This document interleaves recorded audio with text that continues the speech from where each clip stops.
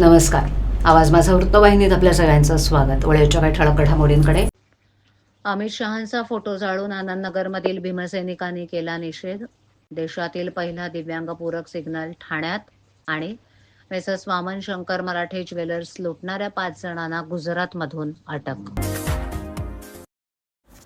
केंद्रीय गृहमंत्री अमित शहा यांनी संसदेत संविधानाचे निर्माते भारतरत्न महामानव डॉक्टर बाबासाहेब आंबेडकर यांच्या संदर्भात केलेल्या वक्तव्याच्या विरोधात देशभर पडसाद उमटत आहेत.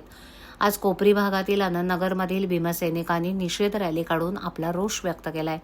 2000हून अधिक भीमसैनिक, संविधानप्रेमी नागरिकांचा यात समावेश असलेल्या निषेध रॅलीची सुरुवात आनंदनगर कामगार कल्याण केंद्राच्या पटांगणातून झाली. डॉक्टर बाबासाहेब आंबेडकर चौक, बुद्धविहार मार्गे ही रॅली 12 बंगला सर्कल जवळील छत्रपती शिवाजी महाराजांच्या स्मारकाजवळ थांबली. अमित शहा यांच्या केंद्रीय गृहमंत्री पदाच्या राजीनाम्याची मागणी करण्यात आली आहे. संतापलेल्या नागरिकांनी अमित शहा यांच्या छायाचित्राचे यावेळेला दहन केले. मिलिंद बनकर, पत्रकार आनंद कांबळे, प्रवीण गायकवाड, विजय दळवी, सोनाली सरदार, निलेश खैरे, संदीप बनकर, वृषाली दळवी, रवींद्र बच्छाव, हरेश दारोडे यांच्यासह 2000हून अधिक नागरिक या रॅलीमध्ये सहभागी झाले होते. वाहनांच्या वर्दळीमुळे दिव्यांग आणि दृष्टीहीनांना रस्ता ओलांडताना अनेक अडथळ्यांचा सामना करावा लागतो. कधीकधी अन्य व्यक्तींवर अवलंबून राहावं लागतं. तेव्हा वाहतूक सुरक्षा अभियानाचं औचित्य साधून ठाणे महापालिका आणि ठाणे शहर वाहतूक शाखा यांच्या संयुक्त विद्यमानं ठाण्यातील 3 हातनाका सिग्नलवर प्रायोगिक तत्वावर दिव्यांगपूरक सिग्नल यंत्रणा कार्यान्वित करण्यात येणार आहे, अशी माहिती वाहतूक उपायुक्त पंकज शिरसाट यांनी दिली. ठाण्यात नागरिकीकरणासोबतच वाहनांची संख्या वाढते. 3 हातनाका, Nitin company, Cadbury junction, Kapurbawdi, Majiwada अशा मुख्य चौकात एकाच वेळेला अनेक रस्त्यांवर वाहनं येतात. या जंक्शनवर सिग्नल यंत्रणा असली तरी डोळस व्यक्तीला रस्ता ओलांडताना अडचणींना तोंड द्यावं लागतं, तर दृष्टीहीन दिव्यांग व्यक्तींना रस्ता ओलांडताना अडचणी येतात. तेव्हा दिव्यांगपूरक सिग्नल यंत्रणा बसवण्याचा निर्णय घेण्यात आलाय. ठाण्यातील 3 हातनाका सिग्नलवर प्रायोगिक तत्वावर दिव्यांगपूरक सिग्नल यंत्रणा बसवली जाणार आहे. यात रेल्वेच्या दिव्यांग डब्याच्या धर्तीवर विपर असणार असून जिथे चढ उतार असतील तिथे छोटे छोटे रॅम्प केले असून तेथील पोलवर हे विपर असणार आहेत. ब्लाइंड आणि काय नेमका बोर्ड आहे? देशात पहिला आहे असं राज्यात पहिला हो, आपल्याकडं महानगरपालिका आणि आपल्या माध्यमातून आपण या ठिकाणी सगळ्यात पहिला सिग्नल म्हणजे हँडिकॅप ऍक्सेसिबल सिग्नल ज्याला म्हणतो आपण त्याला, तर तो आपण 3 हातनाका या ठिकाणी चालू करणार आहोत. माझ्या माहितीप्रमाणे तो भारतात आणि महाराष्ट्रात तो पहिल्यांदा चालू होत आहे. तो बीपर बेस्ड असणार आहे आणि बीपर जसं याला बीपर असतं, आपण हँडिकॅपचा डबा जो आहे रेल्वेचा त्या ठिकाणी जसं बीपर असतं त्या प्रकारचं बीपर त्या ठिकाणी असणार आहे. ते सांगेल की इथे आपल्याला थांबायचं नाही थांबायचं, ते अन्नांनाच आपल्याला कळेल, आपल्याला कळणार नाही. ब्रेल लिपीमध्ये सुद्धा काही हो, ब्रेल लिपीमध्ये म्हणजे त्यांना हात लावून त्या ठिकाणी कळू शकतं की बीपर वाजल्यानंतर त्यांना लक्षात येईल. नंतर त्यांनी ब्रेल लिपीनुसार हात लावला तर त्यांना त्या ठिकाणी कळत नक्की त्यांना कोणत्या दिशेने जायचंय. आता सध्या आपण प्रायोगिक तत्वावर 3 हातनाका या ठिकाणी करत आहोत. मी आताच सांगितलं होतं की बीपर आणि ऍक्सेसिबल आहेत, म्हणजे त्याला जे ठिकाणी असं चढ उतार आहेत त्या ठिकाणी त्यांना रॅम्प, छोटे छोटे रॅम्प केलेले आहेत, त्या ठिकाणी त्यांनी जायचं आणि प्रत्येक पोलला तो बीपर असणार आहे.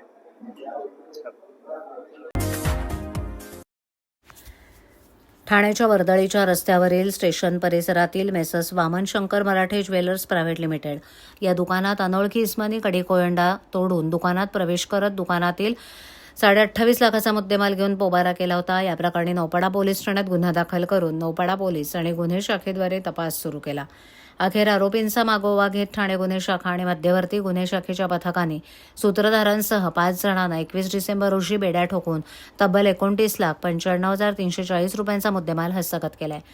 ठाण्यात ज्वेलर्स दुकानात लूट करून गुजरात राज्यात लपून बसलेल्या आरोपींचा तांत्रिक अभ्यास आणि मोबाईलचं विश्लेषण करत पोलीस पथकानं आरोपी लीलाराम उर्फ लीलेश मेशवाल, छत्रपाल हनुमान मंदिराच्या पाठीमागे राहणारा हा आईस्क्रीम पार्लर चालक आहे. आरोपी चुन्नीलाल उर्फ सुमन शंकरलाल प्रजापती हा मिस्त्री कामगार करणारा असून आरोपी जयसाराम उर्फ जेडी देवाराम कलबी हा राजस्थानमधला आरोपी असून आरोपी दोनाराम उर्फ दिलीप मालाराव पराडिया, खोडीचार नगर सोसायटी बाळ सुरत हा डायमंड बाजारातील कर्मचारी आणि आरोपी नागाजीराम प्रतापजी मेघवाल हा राजस्थान इथे राहणाऱ्यांना गुजरात राज्यातील सुरत इथून अटक करून त्यांच्याकडील 483 ग्रॅम वजनाचे सोन्याचे दागिने, 5.5 किलो वजनाची चांदी, नाणी, भांडी, दागिने, इमिटेशन ज्वेलरी, मोबाईल फोन आणि इतर वस्तू असा 29,15,340 रुपयांचा मुद्देमाल हस्तगत केलाय.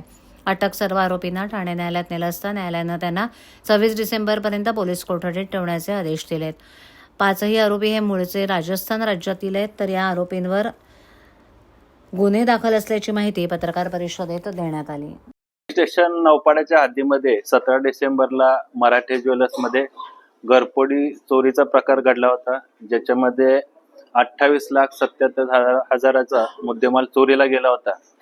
त्या नौपाड्याच्या गुन्ह्यामध्ये गुन्हे शाखेचे खंडणी पथकाचे प्रमुख ACP शेखर बागडे, त्याचबरोबर ACP डिटेक्शन 2 श्री डोंगरे, खंडणी पथकाचे अधिकारी, मध्यवर्ती कक्षाचे आमचे अधिकारी PI Shinde, PI Narendra Pawar, API Sunil Taramale, API Shrikrishna गोरे, API Bhushan Kapadnis, PSI Vijay Rathod, PSI Tawde आणि PSI दीपक पाटील आणि त्यांचे सर्व सहकारी पोलीस अंमलदार यांनी सदर गुन्ह्याचा समांतर तपास करून त्यामध्ये मुंब्रा येथे काम करणाऱ्या 30 कंत्राटी कामगारांना ठेकेदारानं अचानक कामावरून काढून टाकल्यानं कामगारांवर उपजीविकेचा गंभीर प्रश्न निर्माण झालाय. गेली 65 दिवस या कामगारांनी ठाणे महापालिका मुख्यालयासमोर शांततामय आंदोलन केलं, मात्र प्रशासनानं त्याकडे दुर्लक्ष केलंय.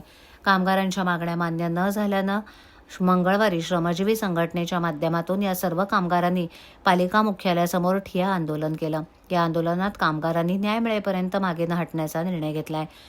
कामगारांचं म्हणणं आहे की आम्हाला पुन्हा कामावर घेण्यात यावं आणि आमच्यावर अन्याय करणाऱ्या ठेकेदारावर कठोर कारवाई करण्यात यावी. ठाणे महापालिकेच्या प्रशासनानं त्वरित लक्ष घालून कामगारांच्या समस्या सोडवाव्यात अशी मागणी श्रमजीवी संघटनेनं केली आहे. या आंदोलनामुळे ठाण्यातील राजकीय आणि सामाजिक वर्तुळात याबाबत चर्चा रंगली असून प्रशासनाची पुढील भूमिका काय असेल याकडे सगळ्यांचं लक्ष लागलं आहे. ख्रिसमस नाताळच्या पार्श्वभूमीवर ठाणे वाहतूक शाखेनं एक आगळा वेगळा उपक्रम हाती घेतलाय.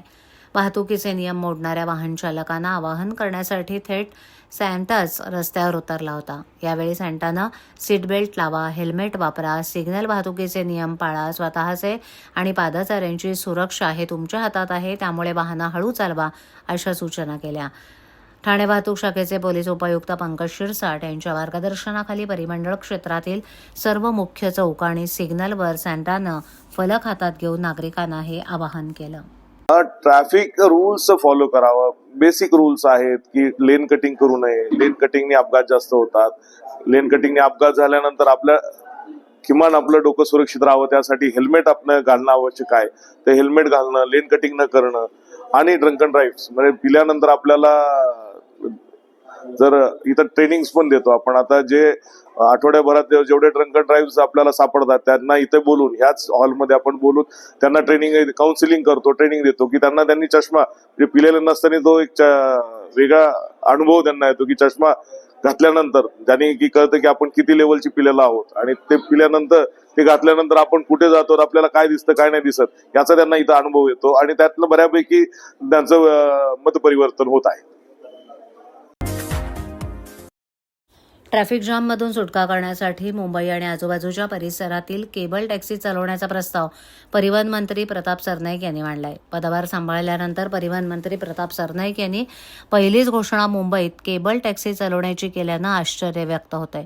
मुंबईकरांची वाहतूक कोंडीतून सुटका होण्यासाठी विविध पर्याय हाताळावे लागतील आणि केबल टॅक्सी हा एक त्यापैकी पर्याय आहे असंही ते म्हणाले. केबल टॅक्सी हा मुंबई महानगर क्षेत्रात परिवहनसाठी लोकप्रिय पर्याय होऊ शकतो. सध्या महाराष्ट्रात कोणत्याच ठिकाणी केबल टॅक्सी नाही. जर आपण 15 हसणे किंवा 20 हसनांची केबल टॅक्सी चालवली तर ट्रॅफिक जाममधून सुटका होईल. जर आपण मेट्रो चालवू शकतो तर केबल टॅक्सी चालवण्यास कोणती समस्या नाही, कारण आपल्या रोपे उभारण्यासाठी जास्त जमीन लागणार नाही. केबल टॅक्सी महाराष्ट्र परिवहन विभागाच्या अंतर्गत चालायला हव्यात, त्यामुळे ही प्रणाली योग्य प्रकारे चालते असंही सरनाईक यांनी सांगितलं. एसटी महामंडळाच्या कर्मचाऱ्यांच्या बदल्यांमधील राजकीय आणि युनियनचा हस्तक्षेप टाळण्यासाठी बदल्या ऑनलाईन करण्याचा निर्णय झाला असल्याचं परिवहन मंत्री सरनाईक यांनी म्हटलं. गुजरातच्या एसटी डेपोमधून आपल्या येथील एसटी डेपोंचं आधुनिकीकरण केलं जाणार आहे. एसटी महामंडळात सुसूत्रता आणण्यासाठी काही कटू निर्णय घ्यावे लागतील. उपमुख्यमंत्री एकनाथ शिंदे याबाबत निर्णय घेतील असंही सरनाईक यांनी पुढे सांगितलं. आवाज माझावरील एखादी बातमी पाहिजे राहून गेली असल्यास यूट्यूबवरती तुम्ही पाहू शकता. तर मग नक्की सबस्क्राईब करा आवाज माझा. आजच्या ठळक घडामोडी शेवटी पुन्हा एकदा. अमित शहांचा फोटो जाळून आनंदनगरमधील भीमसैनिकांनी केला निषेध. देशातील पहिला दिव्यांगपूरक सिग्नल ठाण्यात आणि मेसर्स वामन शंकर मराठे ज्वेलर्स लुटणाऱ्या 5 जणांना गुजरातमधून अटक. आपल्या विभागातील काही सूचना अथवा समस्या असल्यास ते आमच्यापर्यंत जरूर पोहोचवा. आम्ही तुमचा आवाज नागरिकांपर्यंत नक्की पोहोचवू. आम्हाला संपर्क करण्यासाठी आमचा पत्ता आवाज माझा 103 साईल 1 आदर्श नगर कोलबाड रोड ठाणे पश्चिम. आमचा दूरध्वनी क्रमांक 7666213141. आमचा ईमेल ID awazmaza.tvnews@gmail.com. तर पुन्हा भेटू याच वेळी याच ठिकाणी काही नवीन घडामोडींसह आवाज माझा वृत्तवाहिनी. तोपर्यंत नमस्कार.